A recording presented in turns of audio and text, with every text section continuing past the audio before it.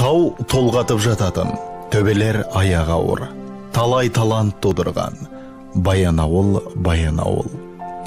Ақындар осылай жырға қосқан бұл өлке өз табиғатына сай тау тұлғалы дарындарды дүниеге келген. Сөз төркінін тергесең, Баянауыл атауының түбі Баян Ола. Көне түркі моңғол тілінде қасиетті тау дегенді білдіреді екен. Демек, қазақтың сан салалы тарихында қатпарлы із қалдырған ұлы адамдардың дәп осы мекенде тууы тегін емес секілді. Жүсіпбек Аймауытов қазақтың көрнекті жазушысы, драматург, қазақ әдебиетінің қалыптастырушылардың бірі. Астан кестен ауыр, бірақ ерекше қуатты да қызық, ұлы революциялар заманында өмір сүрген Аймауытов өзінің осы қысқа ғұмырында артына аса бай, бағалы әдеби мұралар қалдырып үлгерді.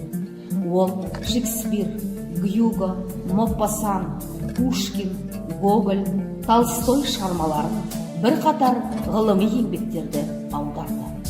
Ал Қартқожа, Ақбілек, Күнікейдің жазығы, Шернияз, Ел қорғаны, Мансапқорлар пьесалары күрделі таланттың қазақ әдебиеті тарихындағы өлмейтін орны бар шығармалар болып қалмақ.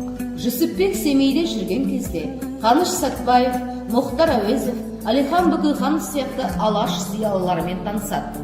1929 жылы басталған кеңестік қуғын сүргін кезінде Қазақстандағы ұлтшылдық ұйыммен байланысы бар деген жаламен тұтқындалып, ұзақ тергеуден кейін 1931 жылы ату жазасына сырттай үкім шығарылған.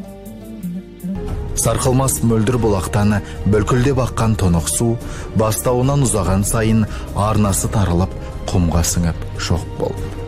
Алайда сол қайнар бұлақтың қазақ руханиятына сарылдап кеп құйған сағасы ешқашанда су алмайды.